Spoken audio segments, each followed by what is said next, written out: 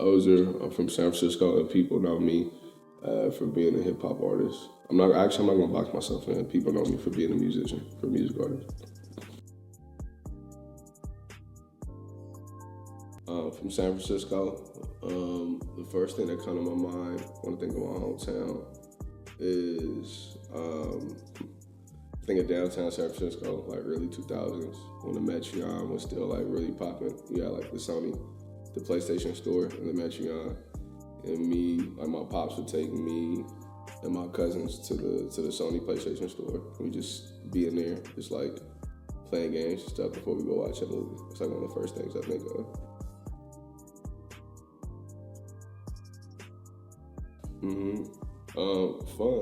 Fun, man. San Francisco is a very diverse place, and it allowed me to be introduced to different walks of life, different ethnicities, different cultures.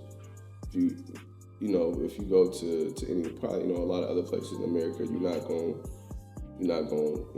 be exposed to different cultures. You feel me? And so I'm very blessed and fortunate to have that experience. I think a lot of people, when they think of San Francisco now, they think of it as dirty, because of the situation with the homeless or whatnot. They think it was like a lot of crime, but San Francisco is a very beautiful city. You feel me? I feel like a lot of the media outlets paint us in this negative light, but San Francisco is a very beautiful city with a lot of culture. And if you actually get to know the people in the city, you'll find out that we some good people too. Every city has its bad and good, right? But a lot of good people in the city, man. A lot of good people.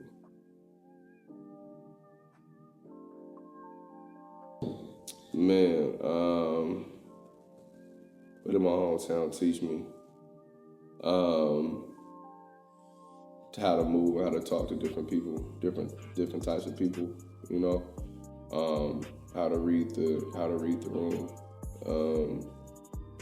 Again, because San Francisco is so diverse and you come across so many different walks of life, you have to do a lot of code switching, and you have to know how to talk to certain people in certain rooms.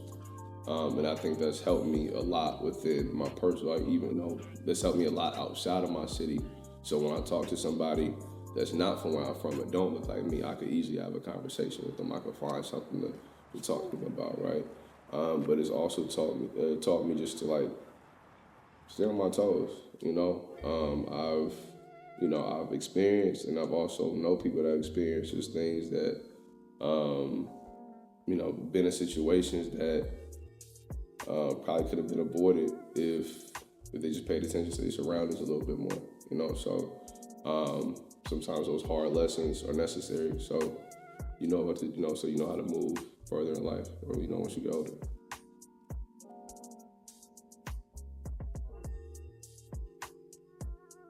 Man, I think the way I talk, the way I carry myself, the game, the ism that I'm equipped with, right? Again, like any way I move, you feel me? In the way I think is because of my city. It's because of the experiences that I've had within my city.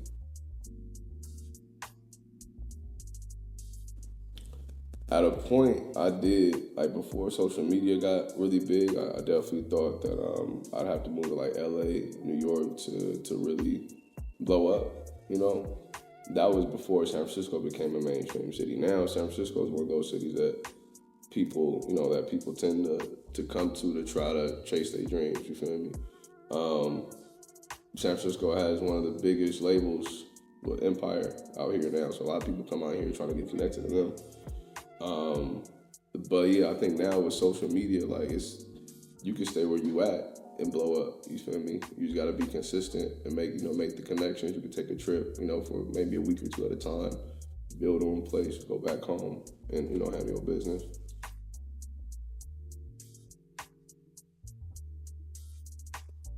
Man, pursuing music. When I've told this story at my show. when I first started doing music, my best friend told me, pretty much told me straight up, like, nigga, you suck. You feel me? Like, straight up. And he's like, you should stick to the business side of it. And that just didn't sit right with me. I'm just naturally competitive. And also, I love rapping already, too. Like, I've been writing since I was 6 years old. And so I didn't feel good. It didn't sit right just trying to focus on the business side of music. And so I put out, I took the first verse. I put out my first song when I was, technically I put out my first song, I was like 10 or 11 in a group called The Goodfellas. But my first solo song I put out when I was like 16, 17. And it resonated. It just resonated with people, and that sort of started the journey of Ozer, you feel me? But if I never released that song, I would not be here today.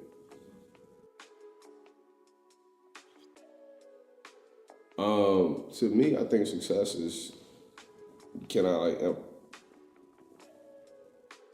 do something I love and be comfortable? You feel me? Like, at least, with music back in the day, I thought to be successful in music, I gotta be a millionaire. I gotta have, I gotta be on Drake level. Gotta be on Kendrick level.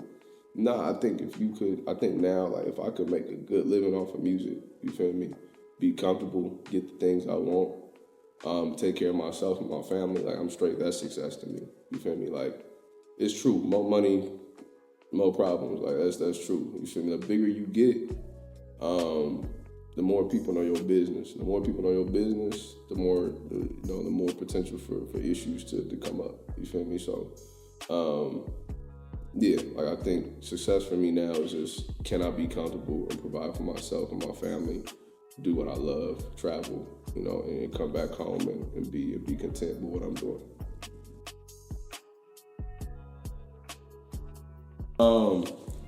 My younger self could see me right now. I think my younger self would be happy that I'm fit. I used to be a big boy when I was a kid, man. I went in the kitchen one day and I told my mom, I said, Mom, I'm fat. And she said, nah, man, you gonna thin out. Like, you good. And I'm like, nah, I'm fat. Like, my thighs rub together, I'm fat. I used to go to the taquerias. There's a taqueria in San Bruno called Cinco de Mayo, bro. And I used to get two super tacos with everything that came on a burrito. And I remember one day the dude was like, is this a taco or a burrito? I said, this is a taco. He said, I don't know if all this is gonna fit on the taco. I said, no, we gonna make it fit, right? So anyway, I think he'd be happy that I'm fit. I think he'd be happy that I'm confident. I think he'd be happy that I pursued my dreams. Not only did I pursue my dreams, but I've been successful with my dreams. You feel me? Like, I started writing raps at the age of 6, just writing words in a notebook. And I used to be really shy and nervous to even show people my music, because I didn't know what they would think or what they would say about my music. Now, it's crazy to think that I have over 1 million people listen to my music on like a monthly basis. Like, it's just crazy to think about like that, right? But I think my younger self would be very proud of the fact that now I'm extremely confident, you feel me? And I could walk into a room and feel like I'm, respectfully feel like I'm that nigga, you feel me? And, without having too much of an ego, you feel me? But having that confidence and, you feel me, walking with your head high. Damn. It's a tie between La Taqueria and El Farolito. As a kid, what do I miss most?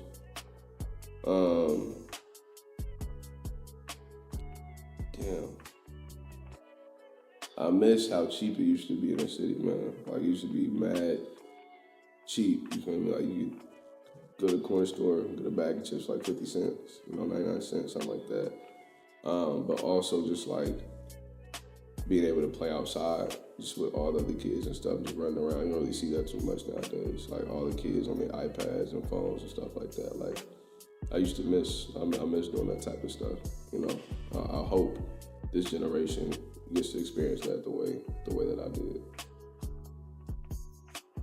Mom, what the fuck? Yeah, that's so new. Yeah, I say Westfield, bro. Westfield.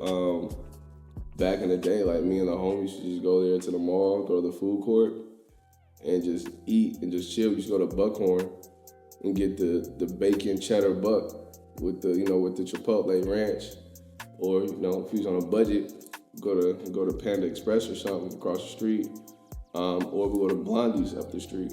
You feel me? But yeah, I'll probably say Westfield Mall. That's crazy. I didn't even think about that. What the fuck? Yeah, Westfield Mall, though, man. Westfield Mall. Goddamn. The big Larry Jones. Hands down. Yeah, Larry Jones for sure.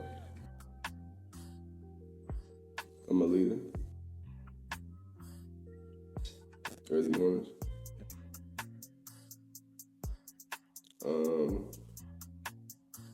Ambitious, leader, and intelligent. My biggest influence, obviously, my family, my mom and pops and whatnot, but outside of them, I'll probably say Nipsey Hussle and J. Cole. Sweets, man, I got a sweet tooth, bro. I swear I got a sweet tooth. I'll be trying to cut it out, but I just love me a good brownie, cheesecake, lemon square. I don't know, man. You fucking me up.